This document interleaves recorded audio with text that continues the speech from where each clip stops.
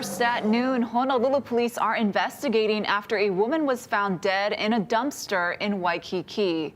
Just before midnight, an 87-year-old man told police that his 72-year-old fiancée was missing. The man told officers that his fiancée left their apartment on Kapahulu Avenue at around 8 p.m. on Monday and did not return.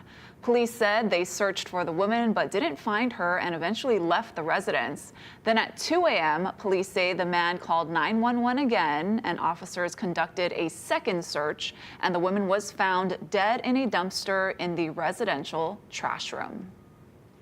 At this point, the reporting person is very cooperative. She did have a lot of pre-existing medical conditions, so the case right now is classified as an unattended death. He just reported her missing at about just before midnight last night, and then we found her approximately 3 o'clock this morning. So far, what we do know, neighbors did not hear any arguments or any altercations. An autopsy is scheduled for Wednesday. The sixth person to die in connection to the Aliamanu fireworks disaster has now been identified. 30-year-old Chastina Ramos died from her injuries more than a month after the fatal explosion. The 5 others who died are 3-year-old Cassius Ramos Benigno, Carmelita Benigno, Kevin Ballesteros, Nelly Ibarra, and Jennifer Van. More than 20 others were injured. 5 are receiving care at an Arizona burn center. 10 people have been arrested in connection with the deadly blast so far. An attempted murder investigation has been opened following an incident that occurred on Sunday night. Police did not say where this happened, only that it was in the Beretania area. Around 9:20 p.m., a security guard approached a man who had taken items from a store. The confrontation escalated and the suspect slashed the security guard multiple times, causing injuries to the 61-year-old man. The suspect then fled the scene. No arrests have been made at this time. On the Big Island, a judge denied supervised release for 2 men accused of terrorizing people in Hilo. Witnesses say Kalani Nobriga on the left and Anthony Gonzalez on the right were driving along Kilauea Avenue early Saturday morning, robbing bystanders and waving what looked like a Glock firearm, which turned out to be a BB gun. One victim was allegedly beaten with a bat. Inside their car, officers say they found numerous stolen items, along with marijuana, crystal meth, and a scale. The men both face multiple charges and are due back in court tomorrow. And police are looking for a suspect wanted for breaking into Manoa's Webster Hall. It was reported Saturday morning at around 11:30 after it was found that someone got into the building's electrical room. Fiber optic cables were significantly damaged inside, which has disrupted phone and internet services to several buildings nearby. If you have any information, you can call the school's Department of Public Safety at the number on your screen. An Oahu grand jury has indicted 48-year-old Timothy Lee on 9 counts of false name contribution. The JL Capital CEO is accused of using his employees' names to give $13,000 to the campaigns of 2020 mayoral candidates Keith Amemiya and Kimberly Pine. Lee had been under investigation by the State Spending Commission, which decided to pursue criminal prosecution. The charges carry a penalty of 5 years in prison and a $10,000 fine. President Trump is doubling down on his threat to Hamas to release all Israeli hostages by this weekend, as well as his controversial plans for Gaza. Erica Brown is in Washington, D.C. with more details.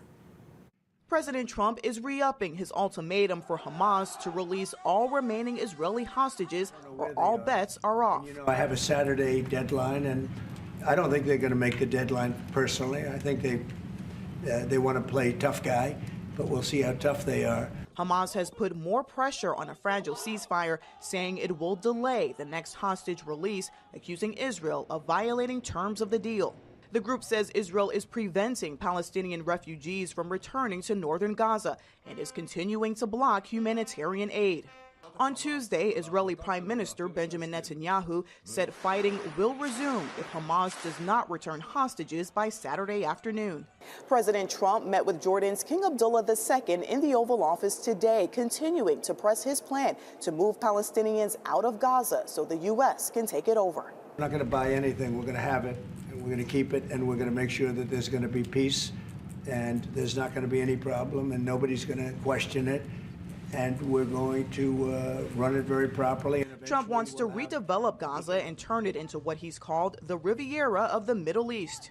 The King of Jordan reacted to the president's idea Egypt and Jordan take in displaced Palestinians. I have to look at the best interests of my country. I think the president is very happy that we do this thing with 2,000 children as quickly as possible. Trump suggested Palestinians would not be allowed to return to Gaza after the war-torn area is rebuilt, something many in Gaza say is unacceptable and violates international law. Erica Brown, CBS News, Washington.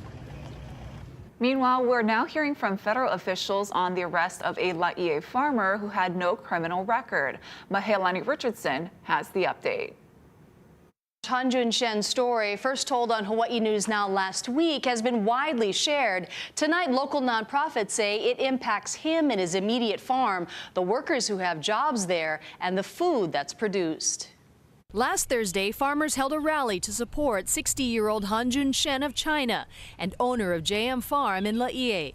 He's been in Hawaii since 2009 and was detained by federal agents last month, even though he has no criminal history. Homeland Security Investigations says Chen was arrested on January 23rd. His final order of deportation was issued by an immigration judge after his asylum claim and following appeal were denied. In 2017, he was arrested by Immigration and Customs Enforcement when he posted bail and then failed to appear for his court date. He's currently in Enforcement and Removal Operations custody, pending removal. The agency says, quote, Shen's arrest is part of HSI's work to support a fair and orderly immigration process by enforcing existing laws and helping to prevent illegal entry and unauthorized stays. He's obviously, contributing member of our community. Sergio Alcubilia is executive director of the Hawaii Workers Center. He's been working here, and just what we're seeing all across the continent and other states is they're uprooting, members of our community for something that's administrative.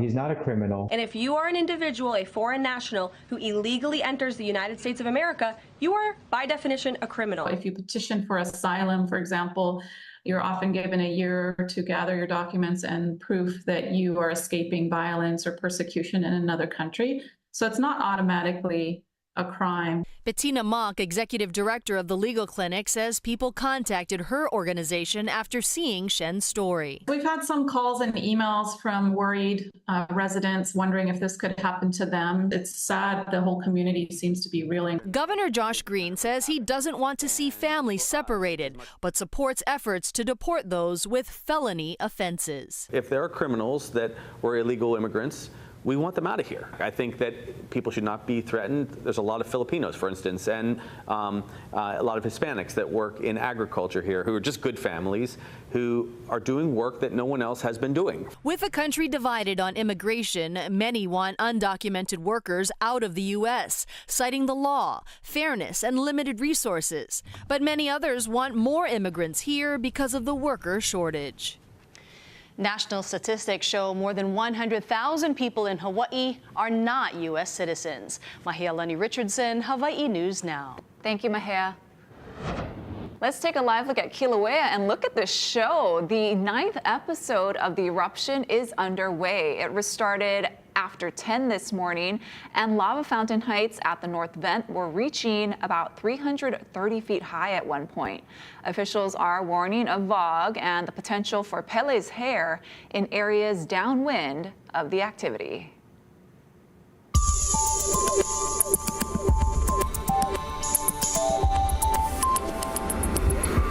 Aloha on this Tuesday. Our weather's still going to be very, very nice and very calm, and for the most part, pretty dry. We're watching a cold front that's due in Thursday night into Friday. That's the next best chance for more widely scattered showers. Again, Thursday night, Friday. But this is what we got today. Just a few showers this morning, and with the winds running light, we'll likely see some afternoon clouds with a few afternoon showers, but those kinds of showers are never widespread. So it's going to be another beautiful day today with lots of sunshine, especially early in the day. Thank you, Guy. It's a question well known to Maui residents. After a devastating wildfire, where should all the toxic waste left behind go? Officials in the Los Angeles area are now grappling with this issue. Liz Kreutz has more.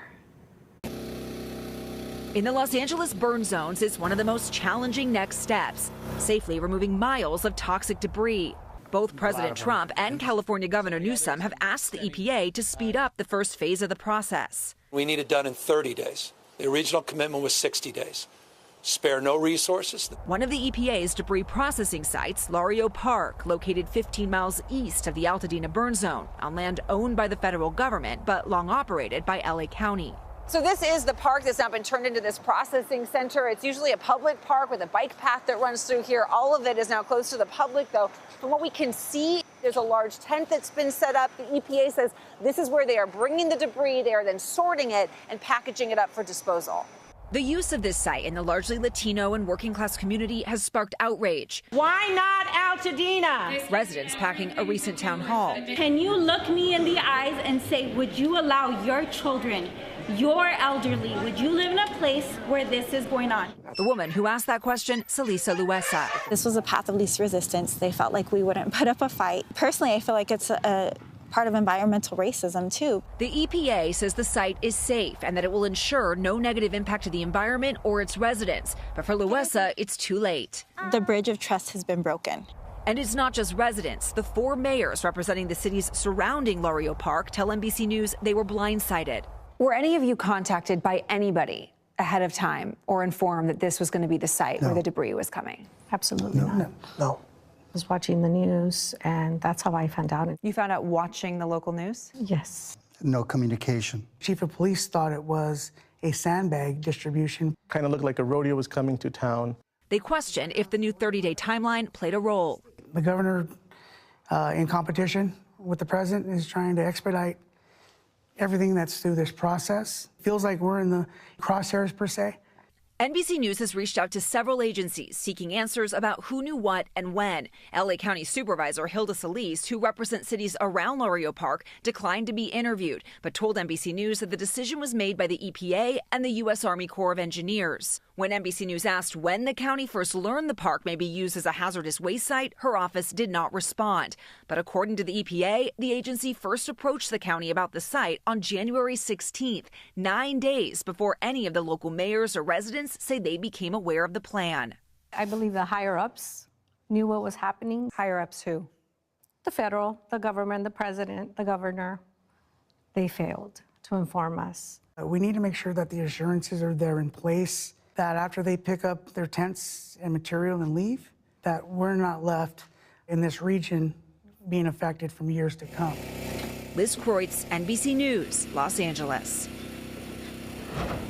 The man accused of killing a United Healthcare CEO has officially accepted more than $300,000 in donations for his legal defense. 26-year-old Luigi Mangione faces murder and terrorism charges in New York in the death of Brian Thompson. The 50-year-old husband and father of 2 was gunned down outside a Midtown Manhattan hotel back in December. Podcaster Sam Beard is a spokesperson for the fundraising committee that collected donations for Mangione's legal fees. They're trying to give Luigi terrorism charges, right? School shooters don't even get terrorism charges. And it seems like in this context, the only people whose fear matters in this society is the ultra rich. Everyone is innocent until proven guilty, and this young man deserves a fair trial. Legal experts troubled by the outpouring of donations for the accused killer say it may present a challenge for prosecutors to select a jury that will listen to the case evidence. On top of state charges, Mangione also faces federal charges which could bring the death penalty. He has pleaded not guilty and is due back in court later this month. Ahead on This Is Now, one person is dead after a private jet crashes into another at an Arizona airport. The latest on the investigation. Plus, combating Coqui frogs. The state needs volunteers to help get rid of the invasive pests from an Oahu community. We'll be right back.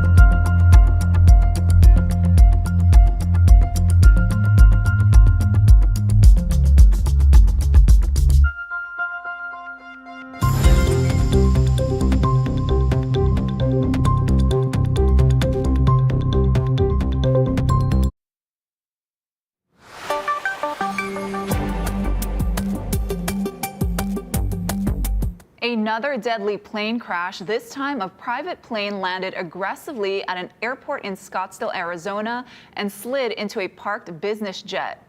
One person was pronounced dead at the scene. At least 3 others were taken to the hospital. And as Chris Van Cleve tells us, one of the jets has a famous owner. Dramatic video of a Lear jet as it lands at the Scottsdale, Arizona airport Monday afternoon. Shortly after touching down, it appears the left main landing gear collapses, sending the plane veering off the runway, crashing right into a parked Gulfstream 200. Just maintain your altitude and enter a right base. Expect to go around. We just had an emergency. Firefighters were on scene within a minute. We have one fatality still in one of the planes. They were dead on arrival. In addition to the one person killed, at least 3 others were injured. 2 were rushed to local trauma centers in critical condition. The other transported with non-life-threatening injuries. A 5th person was treated at the scene. Our thoughts and prayers for the individuals on the aircraft. It's certainly a tragedy that occurred. The plane, built in 1989, was coming from Austin, Texas. Preliminary flight data shows its last reported speed at around 63 miles an hour as it veered off the runway. The Lear 35A is owned by Motley Crue lead singer Vince Neil. A statement posted by his lawyer says he was not on board and that his thoughts and prayers go out to everyone involved. The NTSB will study that video of the accident to try to understand why the gear collapsed, but also look at the plane's maintenance records, and if it has an onboard voice or data recorder, they will seek to retrieve that as well. The Scottsdale Airport is a very busy airport in the Phoenix area, but it is primarily used by private planes and business jets. Chris Van Cleve, CBS News, Scottsdale, Arizona. Here at home, the state is looking for more volunteers to help control the Coqui frog population in Waimanalo. Volunteers have been gathering in the early evenings to search for and capture the invasive frogs. State officials then catalog their numbers, ages, and sex. The hikers also spray citric acid, which kills the frogs quickly. The first step in the hunt is, of course, listening for their distinctive chirps. They like to nest where it's like moist and they guard their eggs. So we sort of just keep our eyes on the ground, move slowly. And then when we hear one, we work as a group to like circle around and locate it and then catch it so that we can get it to the Department of Ag for data. The volunteers meet Thursday nights from 5:30 p.m. to 9 p.m. DLNR says less experienced hikers should try the second and third Thursdays of each month. We've put info on our website, hawaiinewsnow.com, for information on how to sign up. Well, let's take a live look outside with our tower cam on this Aloha Tuesday. Beautiful conditions outside, but there is some rain in the forecast. Guy's gonna have a full look at it in 2 minutes.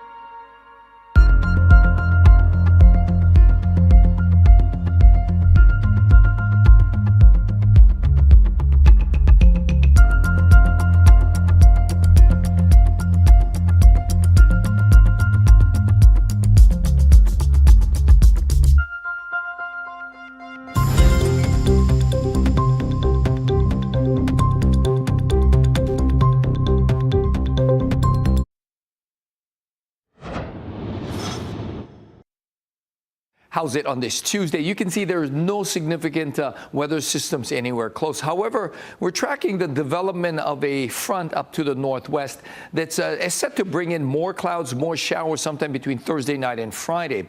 Until then, we're going to have this, really not a whole lot, just a few morning splashes for a handful of windward spots. And then we'll likely see, because of these light winds, afternoon clouds building up around the mountains, and those cloud buildups will likely spawn a few spotty showers. So overall, it's going to be another beautiful day with lots of early sunshine and fairly dry for the morning hours into the afternoon. And then late in the day, those clouds will build up dark and thick around the mountains, and they will likely spawn a few spotty showers. Again, widespread rain not expected until that front drops in Thursday night into Friday. Now, heads up, we got building swells this afternoon, a reinforcement coming tomorrow. High surf advisories posted for north and west shores. It's going to be big, it's going to be dangerous. And for the big wave riders, because of the light winds, conditions will be very, very good. Multiple warning level swells are on the way, so heads up, not a whole lot expected for south or east shores. So we've got beautiful conditions for the next several days. But again, we're tracking a cold front set to come in Thursday night into Friday. We're going to see more showers on Friday. Still going to be a little hazy, too, with those light winds and the volcanic activity. So a little bit of fog hanging around on Friday. And then on Saturday, things clear up. We see drier conditions temporarily because another cold front is due in on Sunday. We're going to see more scattered showers both Sunday and Monday, although we're not expecting it to be a washout. But we could really use the rain for those very dry leeward areas. Thank you, Guy. Still to come, Kupuna cut a rug at the annual Senior Citizens Valentine's Dance. We'll take you to the Blaisdell Center for all the fun in 2 minutes. And before we go to break, let's check in with Ryan and Yunji for a preview of today's Spotlight Now. Later today on Spotlight Now, we catch up with 2 county mayors. Mayor Rick Blangiardi from the City and County of Honolulu, along with Dr. Kimo Alamira from Hawaii Island, will be joining us live. See you 1 o'clock on K5.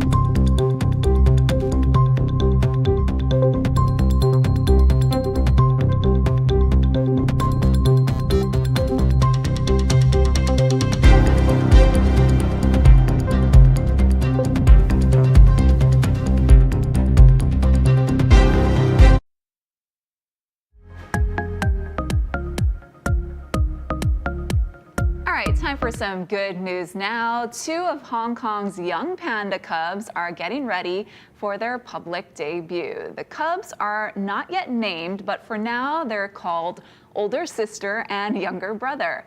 The 2 are already very playful and have been showing off in their enclosure. Hong Kong now has 6 pandas living at Ocean Park, which is a popular amusement center. An annual Valentine's tradition brings together local celebrities and Oahu's kupuna on the dance floor. Dylan Ancheta takes us to the Blaisdell Center.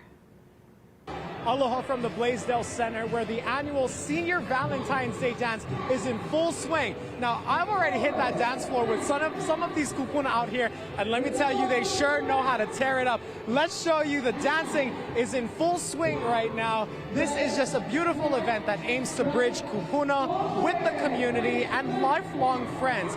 This event is well over 50 years now. It also brings together VIPs from the community, some celebrities, and it's a chance for these kupuna to get out of the house and basically have some fun in honor of Valentine's Day. Now, coming up later tonight, we will introduce you to some of the participants here at the Blaisdell Center. I'm Dylan Ancheta, Hawaii News Now.